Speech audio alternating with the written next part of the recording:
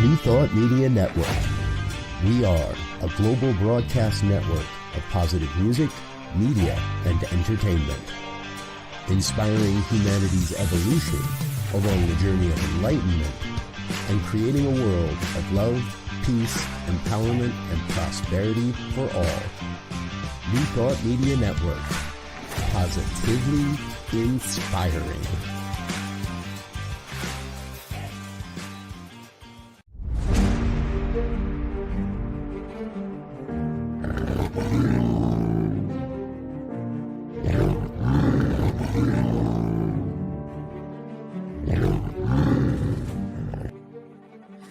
Welcome to Out of My Mouth, the program where raw thoughts meet unfiltered conversations. Join us as we dive into the depths of human experience, where we share stories, perspectives, and insights that just might challenge the status quo. Get ready to laugh, cry, and ponder the world around you like never before. This is Out of My Mouth.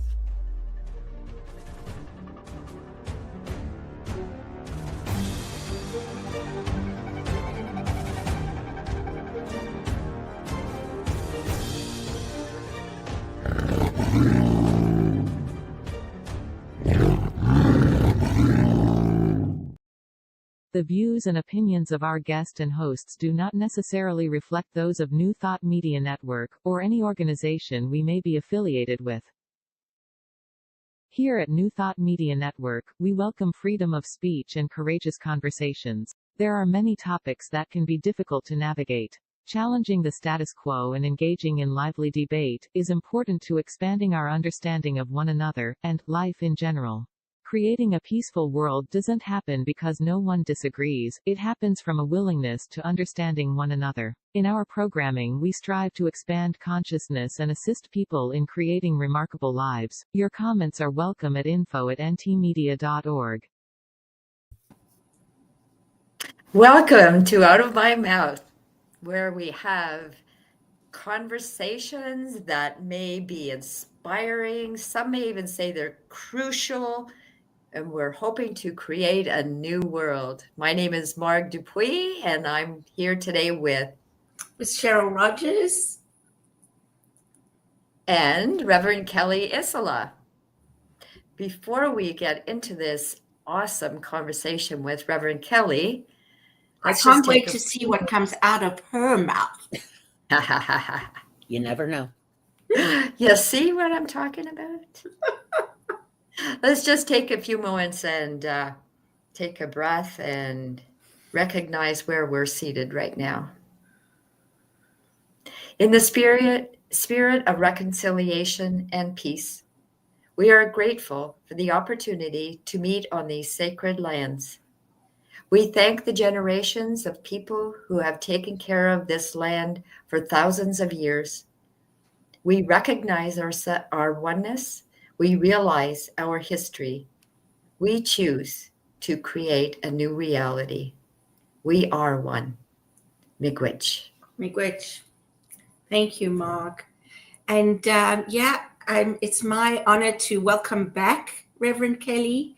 For those of you that don't know her, I'll give you a little bit of information. For those of you that do already know her, this is maybe something that you don't know about her. Kelly is a citizen of the world, having spent her life visiting and residing in many countries, including the Middle East, Africa, and Europe. She holds a Bachelor of Arts in Anthropology and Archaeology, as well as a Master of Divinity, and draws from these rich and varied sources in her numerous forms of ministerial work. Because she grew up around the globe, she was exposed to other cultures and religions at a very young age. This showed her the need for greater understanding between faiths and their inherent oneness. And I would say also probably gave her much insight into the topic for today, the Death Whisperer. So welcome, Kelly. Thank you. I feel like I haven't seen you in forever. I know. Only Thursday. When was it? Just a couple of weeks ago. It was a quick fill-in, but I mean, I enjoyed it. I always enjoy these kind of things. So Yeah, and we enjoy having you. So thank you for saying yes. So why would you say yes to this conversation, Kelly? oh gosh. Well, for starters, it's desperately needed. They We live in a culture here in the United States, and I would assume other, probably Canada and Great Britain, other, Western civilization kind of thing, a culture that where you don't talk about death, and you don't, and not everybody. So I'm not trying to be monolithic, but it is actually a very white thing, to not talk about death and to not acknowledge it. I mean, even within New Thought, it makes me absolutely crazy. We'll use every euphemism or synonym in the world rather than just say she died. Mm. She transitioned. She got her angel wings. She went home. She went over the bridge to the. Well, right. She died. It's okay to say she died.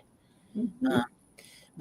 And I'm not trying to be like harsh or anything. I just we need to learn to be in relationship with it, because it's what I tell people. And with every birth comes its death. Mhm. So anything that's born comes equipped with its death. I don't know what it is, but always. And so I think that's what makes it so important to me, Mhm. to be in conversation and to get a little bit of, not to be so worried about you might upset someone, or, oh, well, we don't talk about that. It's like we don't talk about sex. We don't talk about politics. And the unspoken is we don't talk about death. And I wish we would, Mhm. because there's no, and it doesn't mean I don't understand the pain. Believe me, Mhm. I've had enough. I've lost a beloved. I've lost parents. I've lost, babies. So I'm best friends. So I'm not like I'm immune or I haven't experienced it. So uh, I would like it to be just part of our life conversation, Mhm. because it is part of life. Mhm. Yeah. I don't know if that even answered your question. I kind of went, "Ooh," No, like I usually do. I'm someone who likes going off the beaten Yeah, path. yeah, Even if I need to follow a book, I still like to go off the beaten path. And I hear you. I tend to say more often than not that somebody died, as opposed to somebody passed or transitioned or whatever. It just feels more natural to me, as yes, opposed to the other way of saying it for me is like airy fairy. yeah. And I'm not trying to diminish or disrespect anybody that says it differently, but um, yeah. Yeah.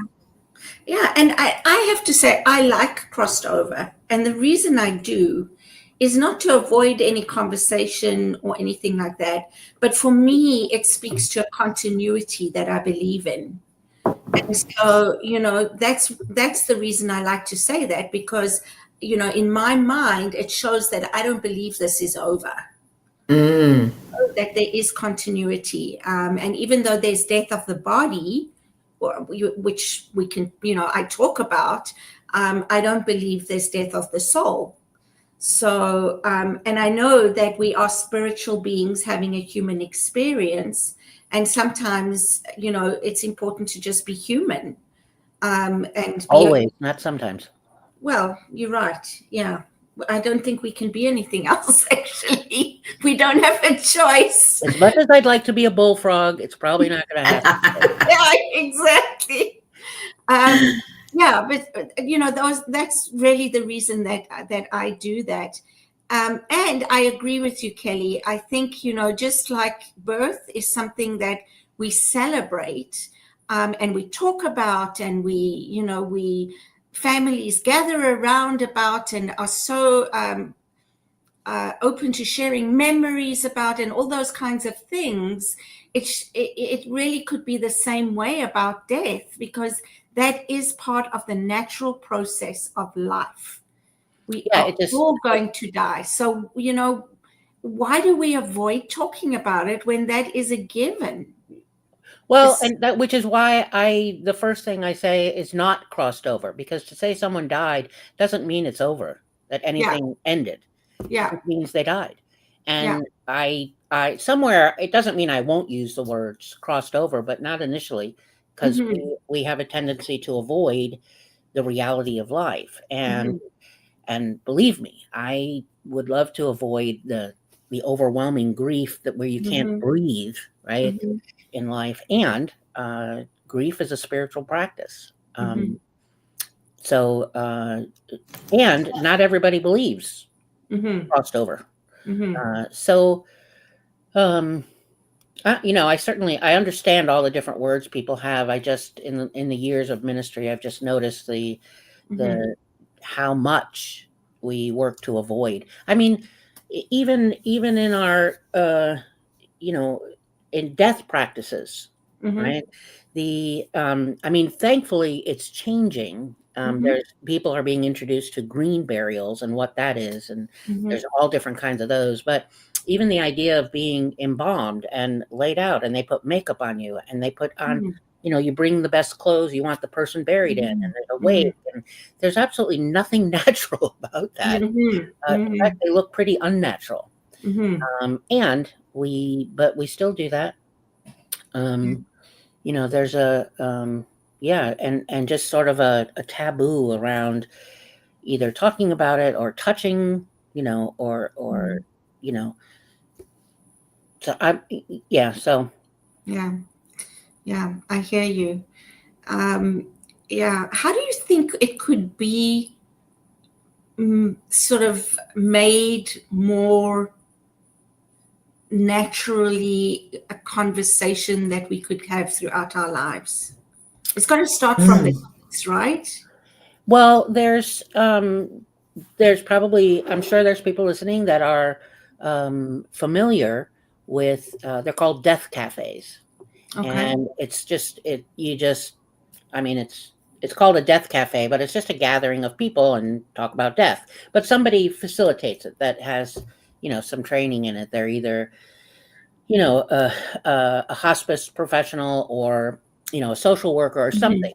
And those are a death cafe. You can Google them and probably find they might be happening periodically in your area.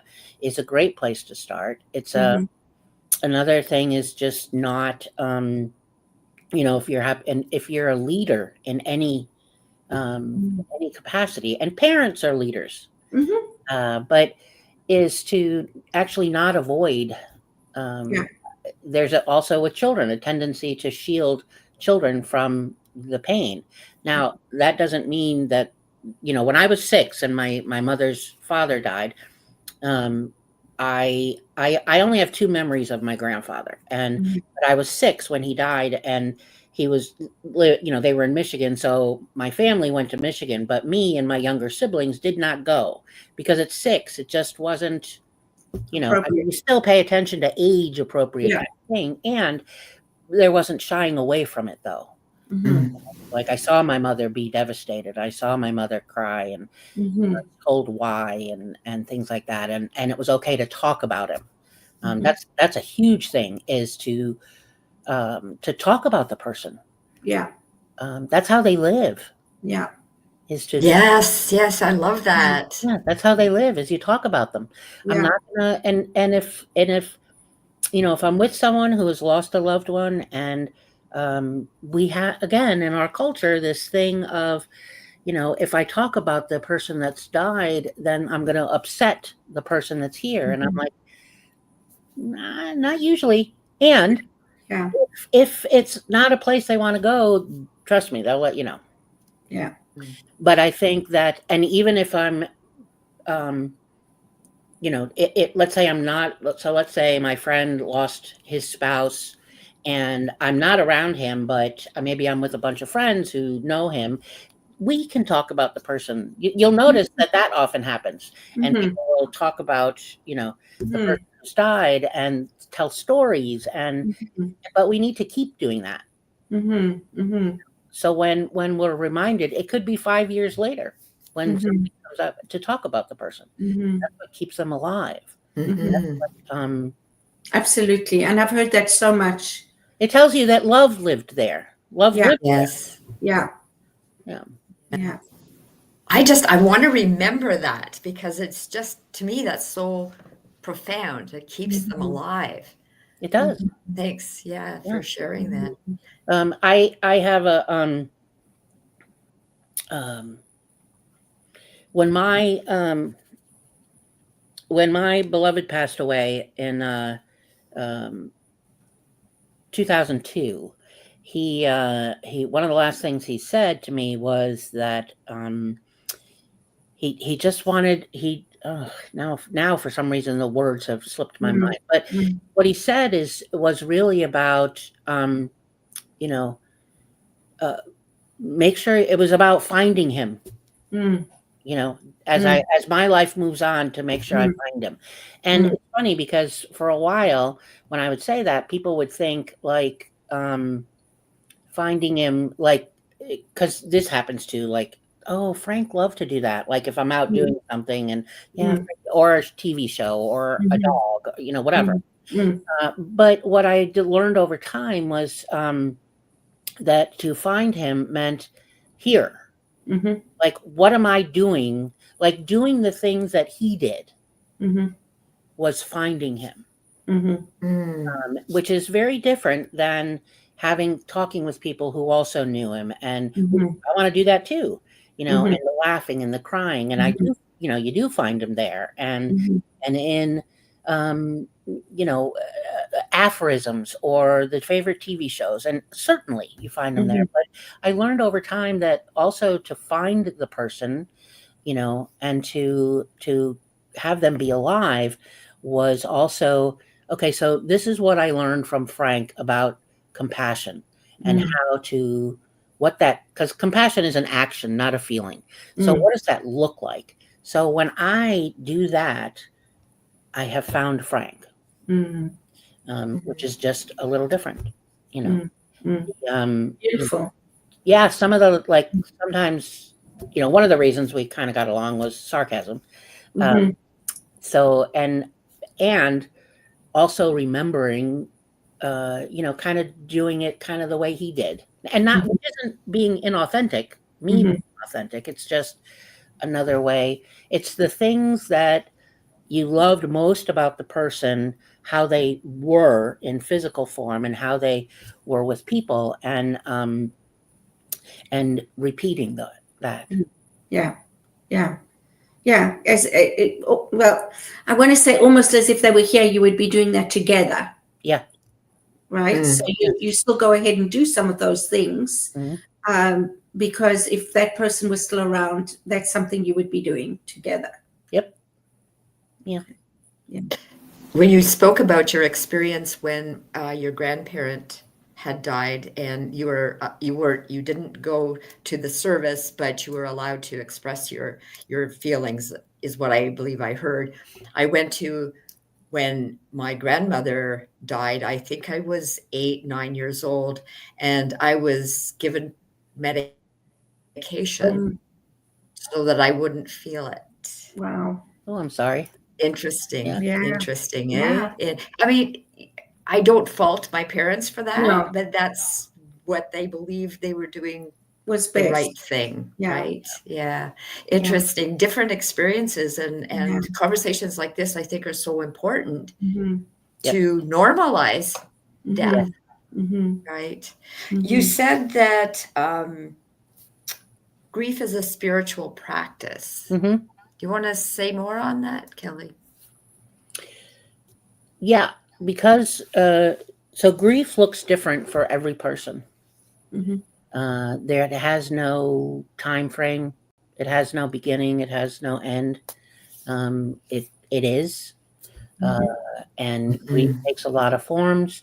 It takes a lot of ways we express it. It takes a lot of forms in terms of experience, right? It also takes a lot of forms in how we express it. Mhm. And it's a spiritual practice because it is an acknowledgement of our humanity and our divinity. So it is an acknowledgement of that it is life. Mm. We have this universal truth, capital T, the principle of life, and grief is a part of grief is in that. Mhm. Grief tells me that life was here in a particular form, Mhm. and Mm. yeah. And that life had an impact. Yes, Yeah, yeah, made a difference. yes, yeah, and to also, to the other reason it's spiritual practice is because our culture really doesn't like us to express our grief. Mhm. Raise your hand if you've ever heard someone say as they start to cry, "Oh, I'm sorry." Mhm. Yeah. How many of us have said that? Mm. Mm. It's so the spiritual practice of that is to stop censoring ourselves and to be willing to be vulnerable and be authentic and just bring up and out what is a spiritual practice, because we're not hiding, we're Mhm. being authentic, right? Mhm. Like authentic can be is not just what we sometimes we use, sorry, I'm thinking 8 things at once trying to make one sentence. Mhm. um, at times I often hear people use the word authentic, and I can tell by how it's being used that they hold that word authentic as though just how I'm being, like, naturally me, and only in ways that are comfortable. And Mhm. yet I'm perfectly authentic when I am swearing, I sound like a sailor, I'm in my pajamas, and I have bedhead, Mhm. and and I'm really angry. Mhm. Like, that's authentic, Mhm. you know? Yeah. Mhm. So being authentic, now it's not like I want to stay there, or it's not like I want, it's one of those where don't come near me right now. Mm. You know what's good for you. Mm. But grief is a spiritual practice because it is about being exactly who we are, acknowledging Mhm. what I'm feeling, right? Acknowledging where in my body this is living, right? Mhm. Because it's also healing. Grief is, Mhm. healing practice. So where in my body is it living? And Mhm. talking to that part of my body. It's giving voice to how I'm feeling, the emotions. I have Mhm. thoughts going on, right? Yeah. It's a spiritual practice because sometimes we have dreams about them. Or Mhm. sometimes my cat died over a year ago, a little over a year ago. And I periodically hear him. Mhm. Mhm. Mm. I hear the noise Murray. and I'm like, well, that sounds like his toenails on the hardwood floor, Aw. Mhm. and just acknowledging that, there's Mhm. some intuitive, for some people, um, Mhm. our intuitive nature. So it's a spiritual practice because it really, I think it invites us to express the fullness of our humanity. Mhm. And to be okay with it, Yeah. to be comfortable with it. I don't have to like it, but just express the fullness. Yeah, absolutely. It To does. know that it's okay, Yeah. right? And yeah, and so for me, that spiritual practice is also goes even further. When I think, like, for example, when we say I'm sorry, what is that about? Right? Looking at what's behind that. Why do I need to even apologize for crying and experiencing grief? Like, that's Well, another way of looking at the spiritual practice. yeah. So people think that it's actually, often when people say sorry, it's, afraid I'm going to make you uncomfortable. Exactly. Yeah. That's my And point, right? well, and honestly, by doing that, I'm actually robbing you of the opportunity to practice compassion. Yeah. I'm robbing you of the opportunity to practice kindness. I'm Mhm. robbing you of the opportunity to be Mm. silent and just be present. Mm-hmm. And those are all spiritual practices. Yeah. Yeah. Absolutely. I like the way you put that, because I think, if anybody's listening to me, that also helps us be comfortable with just being silent or just being present, or, giving that person the gift of that. Of silence. Yeah, exactly. Right. Yeah, this is a little hint for, in case you're uncomfortable around death and dying. If you're struggling to find something to say, it means there's nothing to say. Mm-hmm. If you're struggling for something to say, be quiet. There's nothing for you to say. Yeah. Yeah. Just sit there. So something else we were talking about earlier, and something else I heard somebody say was, if you don't call because you feel uncomfortable, or you're gonna say the wrong thing, don't let that get in your way. Please call. In other words, say that again.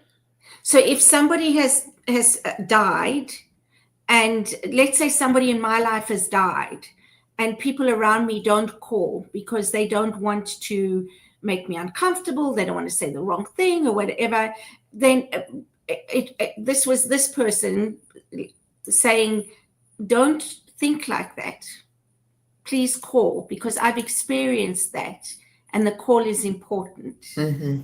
Yeah, and I'd go, so now I'm going to tread into the affliction territory. I know, Mark, be ready, Mark. Is this the excavating? Yeah, so I'd even go so far as to let them know that to not call because you're afraid of whatever your meaning making you're doing is actually pretty arrogant, because you've made it about you. Mm-hmm. Rather than the focus being about on that person. Yeah. And if I'm having thoughts about, well, I might upset her, I don't know, I'm thinking about me, really. That's true. Which is pretty arrogant. Yeah, that's very true. How am I going to feel? What's it going to make me feel like? Yeah. And trust me, if I'm Cheryl and I've lost a loved one, I really don't give a rat's ass how you feel.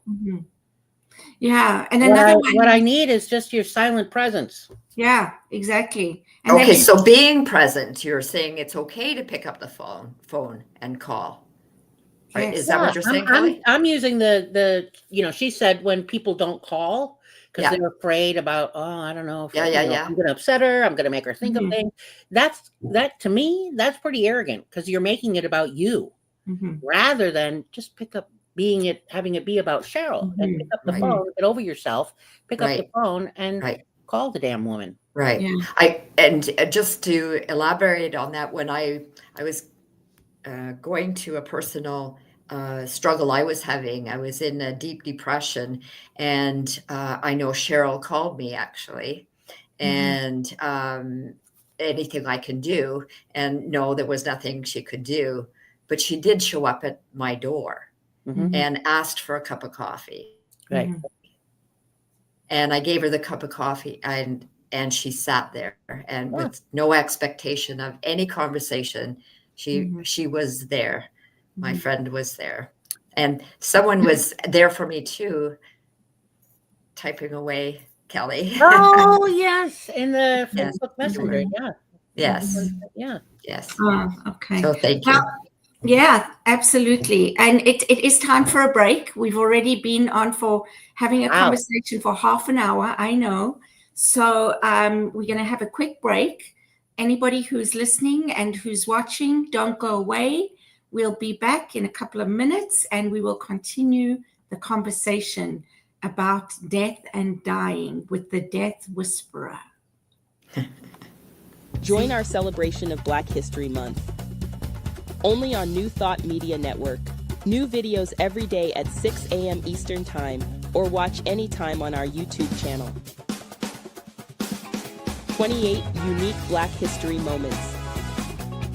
Every day in February. Only on New Thought Media Network. New Thought Media Network proudly presents the 2025 season for Nonviolence Meditation Series, January 31st through April 4th. Embrace nonviolence every day with our 64 unique video meditations. Join us at 6 a.m. Mountain Time or watch anytime on our YouTube channel. Featuring a collection of New Thought voices, the 2025 season for Nonviolence Meditation Series. Only on New Thought Media Network, January 31st through April 4th. On behalf of everyone at New Thought Media Network, thank you for being a member of our virtual family. Your financial contributions help share the New Thought message with people from around the world. Please visit and contribute at www.ntmedia.org/donate. New Thought Media Network, come be you. And please like, share, and subscribe. Until next time, peace and blessings. Welcome back. So we were talking about how when we don't respond to somebody who's lost a loved one because we're uncomfortable or whatever the reason, we're really making it about us and not the other person. And so we're being selfish, basically. What I wanted to ask you, Kelly, there's one other thing I've heard, and I'm imagining the response is the same. When somebody says, I don't want to call because I want to give them some space. Oh, ditto. Okay. So it's basically the same thing. It's not about the other person. It's more about them not being comfortable calling.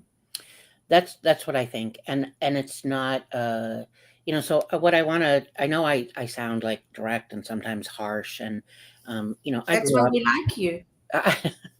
Well, I grew up, in a world of hospice, and I've had quite a bit of loss in my life. So I'm very open about death, and I'll talk about it, and, and I'll have the difficult conversations with the person that is dying and, or the family members. When I say it's arrogant or get over yourself and just call, it doesn't mean that I think it's easy necessarily. We have a long entrenched, thinking, unconscious, unexamined assumptions that we think that that's true, that I need to give them space.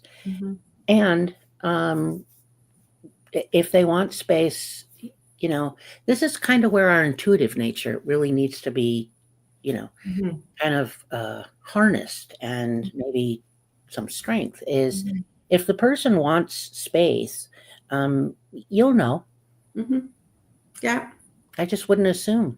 Yeah. The other thing about that is we also, and when I say we, I mean kind of like our culture has a tendency to, to ask questions like, well, how are you doing? And it's just like, stop. Don't be asking questions. Yeah. Make a statement. Yeah. How the F do you think I'm doing? Right. Well, yeah. And I don't know about you, Mark, but for me, I've suffered from severe depression disorder, and I've had some times that are pretty dark. And someone says to me, well, call if you need something, or how are you doing? It sounds like word salad. It's because that's what I'm going to do. Pick up the phone and call you. I can't even decide what shoes to wear today. And it's the same thing after, when I've lost, like when Frank died, the next day I'm like, I had to have somebody tell me, okay, you know what, Kelly, go take a shower and then I'll call you in about 20 minutes. So I did that. I went and took a shower and went back to Blanket City. And then, and then the call came. So it wasn't asking questions of how I was doing or do you need anything? How do I know? I don't, but we haven't been, we just haven't been taught. We haven't been raised, right? We haven't been given, a skill set. Yeah. Or that's not even the right way to say it, but we just what we've been taught is not Yeah. connecting. It's not relation. It's not humanity. Yeah. We haven't been taught to be comfortable with death and dying. Yeah. And well, maybe even some people are, but to even talk about it, right? Yeah. And it's important to talk about. And so I think definitely starting with children, with parents, I think even in schools, look at different death rituals, different ways that people experience or celebrate, when somebody has died. To me, yes, it's hard, and it's there's a grieving process, and I think it's important to acknowledge the good things about that person, to remember them, so that you can keep them alive. Well, it's also I think making a space for what sucked about the person. Yeah, me too. That's Like, true. we're not all walking on water. Yeah. And in fact, I'm actually thinking of someone, and that's so true. Just laughing about the good things and the things that we remember that was, oh my goodness, do you remember when, Yeah. and we laughed Yeah. about it, right? We absolutely laughed about it. So I think that's another thing, that people judge other people. We judge each other. So I see you, Of course. and I'm like, oh gosh, she's just lost someone. She just lost her husband. She probably didn't love him, because look how she's laughing. Something. You know what's funny about that is, after my one of my younger brothers died, it was, there's the funeral, and then everybody comes back to the house afterwards, and everybody's eating and drinking, whatever. And I was 12.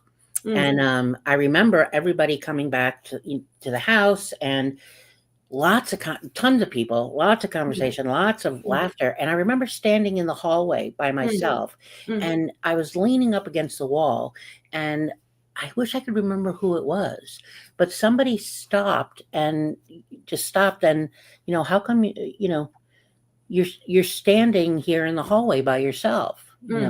What's going on? And I remember saying to them very clearly, I said, I don't understand. Paul's dead, but everybody's carrying on, laughing and drinking and sounding like they're having a good time. So I don't get it. I was very clear that there was this huge disconnect. And the person said, agreed with me. It was like, yeah, that makes sense. And here's what's going on. Yeah. Yeah. Oh my God. I'm like, oh, okay.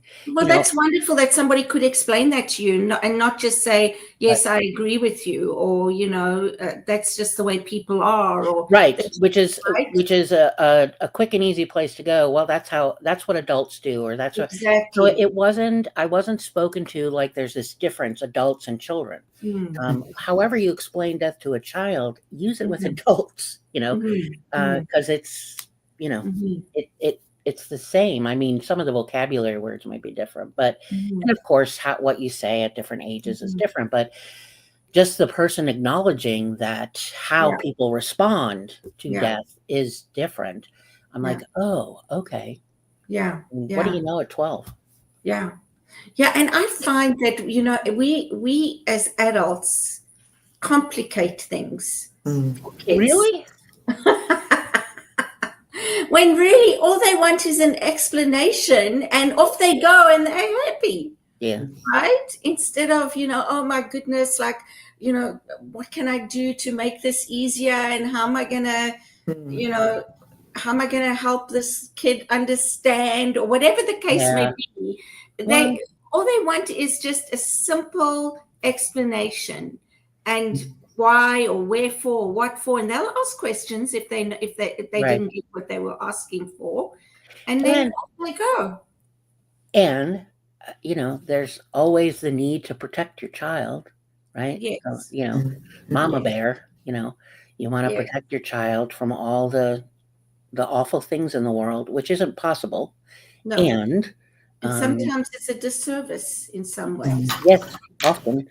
And it's important for parents to learn how to talk with their children about death, especially when it's all over TV, right?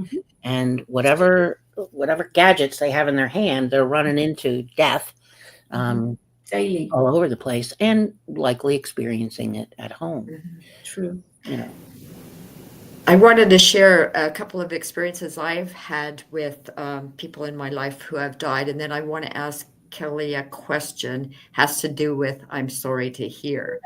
So we come back to that in a second. When I was in my 20s, my dear friend died, and I was at her bedside in the hospital as she's taking her final breaths, and her mom is beside me as well, and I'm like, her oxygen was on, and I'm trying to adjust her oxygen because like she's slipping away, but I was all in a panic and I wanted to help the situation, right? I've grown a lot since then. And then she was from a family from Cape Breton, and when it was the funeral and everybody's partying and drinking and laughing and whatever. And I'm like, what the heck? You know, my dear friend just died. Like, what the heck? Why are people laughing and having a good time? And it was her mom that I forget what her mom said to me, but you know, her dear mom who said something profound to me that brought me to the reality. Then fast forward, 13 years ago, my dad died, and I had the privilege of being there with him, with my two brothers. And we knew that he was dying. And for some reason, I was inspired to jump up on the back of the bed with him and put my arm around him and start singing the song, Hush Little Baby. So picture this. I have my two brothers, and our hands are all intertwined, and my one brother looks up at me and like, really? You're singing Hush Little Baby? I don't know, it just came out of me. We're chatting after he had died, and my brother had a sticky note on the bottom of his shoe, and I said, geez, I wonder where Dad is now. And he looked down in the sticky note, and it was a phone number. No, it had his name on the sticky note on the bottom of his shoe. So we were all laughing, and it's just the difference of how many years, you know, from when I was 20 to when I was 65, let's say, and how I found the humor in the death. Right. So Kelly, you're talking, you mentioned that your brother Paul died, and you mentioned that your partner, your beloved Frank, died. And I want to say to you, I'm so sorry that you experienced these losses. From what I heard from you before, are you suggesting for me to say I'm so sorry these deaths happened to you, or is not the right words to say? So I'm going to sit back and not say anything because I don't want to offend you. No, I don't. For me, to if I discover that someone is experienced a loss, and in this case, you know, whether it's a job, a marriage, but I'll use the death of a loved one. If what's natural for someone to say is, I'm so sorry. Yeah. Great.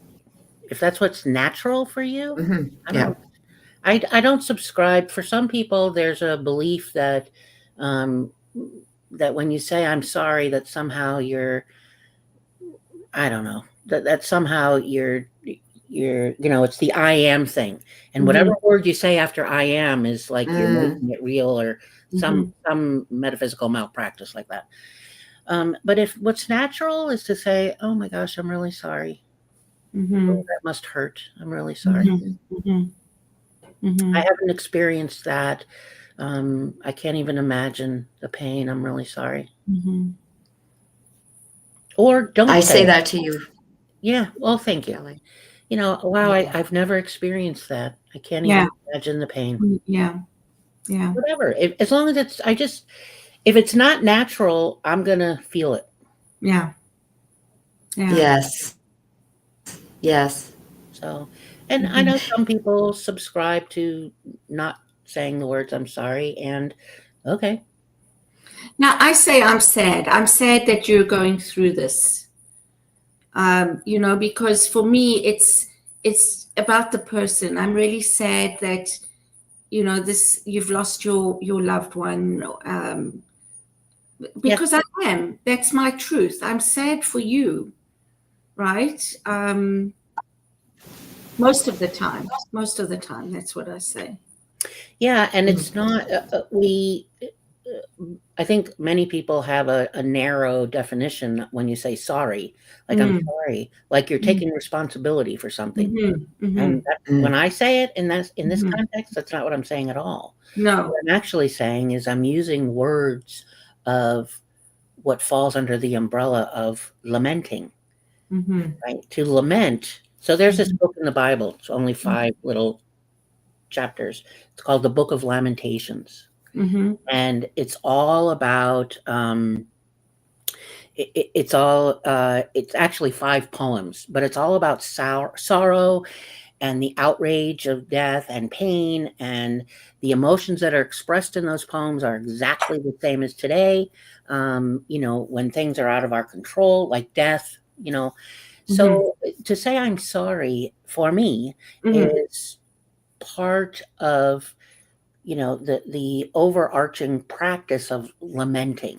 And it's a really archaic kind of word. Like, we don't hear to lament, or lamentations. How often do you hear, oh, there's, so-and-so lamenting, not very often. We don't really use it in conversations. And yet, it's a very ancient word. And it's the spiritual practice. And it's actually something incredibly revolutionary that we can do in life to reclaim our well-being. Right. Yeah. To reclaim our sense of wholeness and belonging, because I think we tend to know lamenting as, very dramatic, the images and the sounds of wailing and weeping and the I was just thinking of that. I was Yes. thinking of how cultures do that. Some of them. Yes, and the guttural shrieks and the Oscar-winning performances of final expressions, right? Of carrying on. But lamenting the word means to mourn or to grieve out loud. So weeping and wailing are all signs of lamenting and are necessary. Right. It's just been cut off in our culture. And someone would say that they're carrying on. So when I use the word I'm sorry, I'm acknowledging this journey of, you're moving through anger and despair and frustration and powerlessness and, desolation and, loss. And so I'm sorry is like I'm regret. Like, it's a way of, I'm not taking responsibility for anything. I'm just saying, oh my God, does that suck? So you're just talking about our culture, which you just mentioned. Something else about our culture, which I find really difficult personally, certainly sort of North American westernized cultures.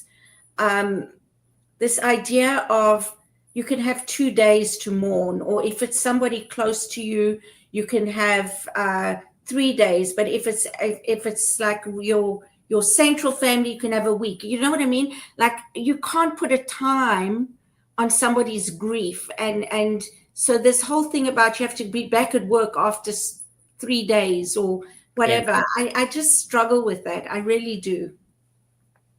Yeah. There's a time limit on grief. Yeah, exactly. Right? Yeah. And there's no such thing as we know, right? And so again, it's that cultural thing of, just I don't know, put on a face and go and do what you got to do. I don't know, which I just find very harsh. Yep, it is. And I think that's why, it's important to, especially in terms of work. I think that happens often at places. That's what I'm talking about. Yeah. That I think that's what makes it even more important for loved ones to be willing to have the difficult conversations. Yeah. Whether before death, like being willing to, to have the conversation about what would you like your memorial to look like, or no, you can't drive anymore. And whatever else. And also after a loved one has died, being willing to have maybe not even a difficult conversation, but just being the presence can be difficult. Because we think there's something we're supposed to be doing. Yeah.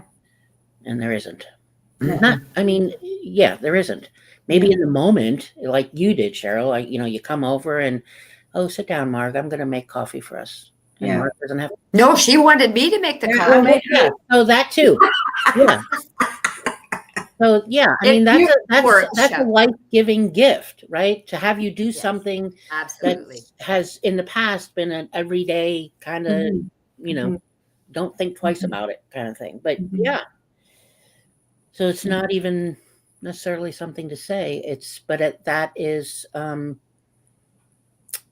lamenting. So I'm not going to get it in my place of employment. So it's up to us. The loved ones to close our eyes and leap. Really. Right. Wow. Yeah.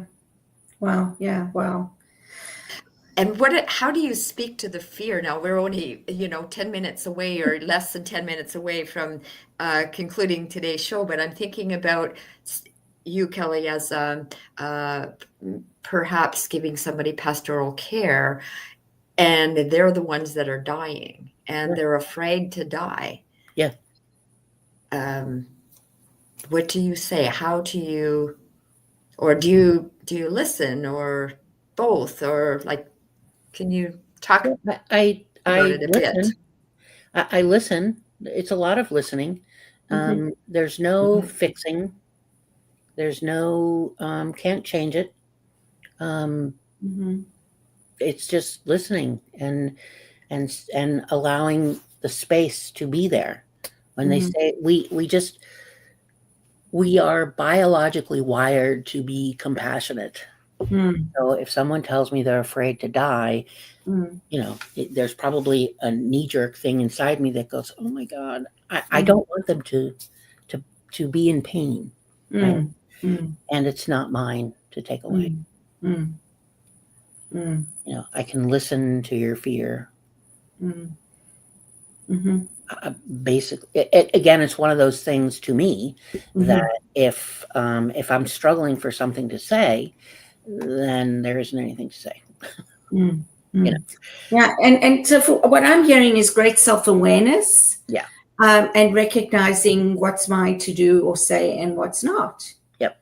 Right. And so that comes down to that self-awareness.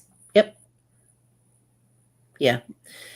And it's, the being afraid is, when someone is, I'm afraid to die, it's, it can be, it's so many things that it could be, and I'm not gonna, tell them, but, it's remembering that the person that's dying is also grieving. Yeah, exactly. So, the being present to what they're doing, and being willing to, if I feel like crying, being willing to cry, like let the tears. That's another one of those that we, I can't cry in front of them. I'll upset them. Yeah. It's part of that being, I certainly understand the urge to not. And if I have tears, then, just be there, hold the space. I don't have to make a joke. I don't have to say anything. I don't have to change the subject. I don't have to turn up the TV. Just, it's just an act of love. It's an act of love to receive the fear. Wow. Right? If that makes sense. Yeah, absolutely. Yeah. So we'll receive laughter, right? We'll receive words, but and we can receive fear. It's not ours to hang on to, but we can receive it. Yeah. But I haven't found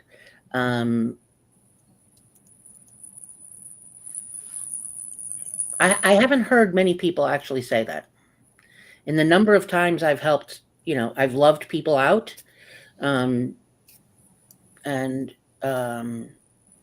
there's not. No. I No. haven't heard that very often.